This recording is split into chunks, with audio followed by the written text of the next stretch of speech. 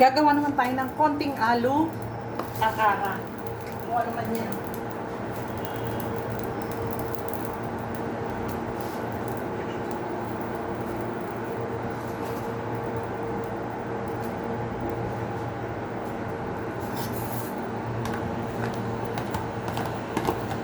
Lagyan natin siya ng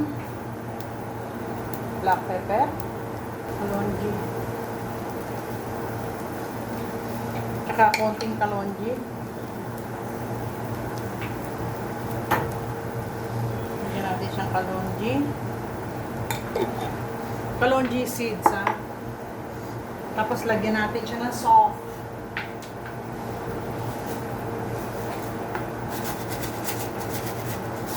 Konting soft. Konti lang. Tapos syempre, asin.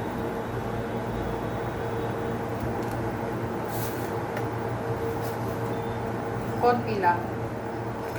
Tapos lagyan natin siya ng turmeric. Konting turmeric. Tapos konti nitong vegetable masala. Dapat achar masala. Wala lang ako. Wala na pala ako achar masala. Tapos lagyan natin siyang tubig.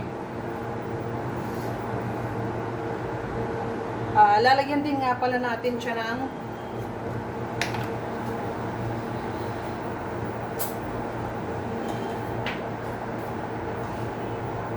lagyan natin siya ng achar. Lagyan natin siyang tubig, syempre.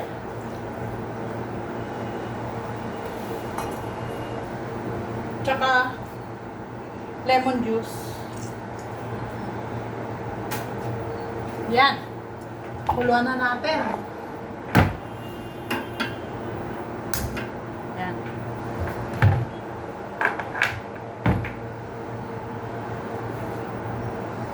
Alisin ko muna pala to. Maya-maya ko ilalagay yung malaki. Yung isa lang maliit. Yung patatas, pinakuluan ko yan na malambot na yung patatas. Luto na yan. Hiniwa-hiwa ko lang maliliit. Nung siya ay malambot na, siya ay luto na. Okay, papakuluan natin yan. Ayan, tapos pagka ganyan, babasag-basagin na natin siya. Tulad ng ginawa natin doon sa dal. Yan. Babasag-basagin natin siya. Kasi, ready na siya eh.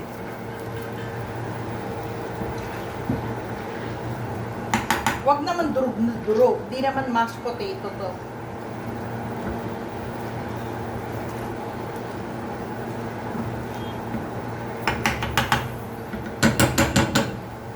Yan, okay na yan. Balik na natin yung isang achar. Tsaka parang nakukulangan pa ako ng konti sa kalonji seeds. So, lagyan pa natin siya ng konti pa.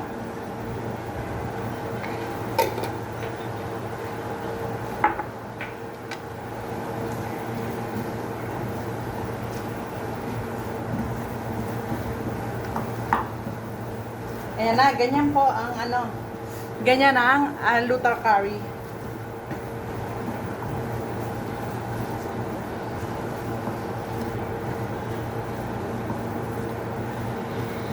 So, okay na to.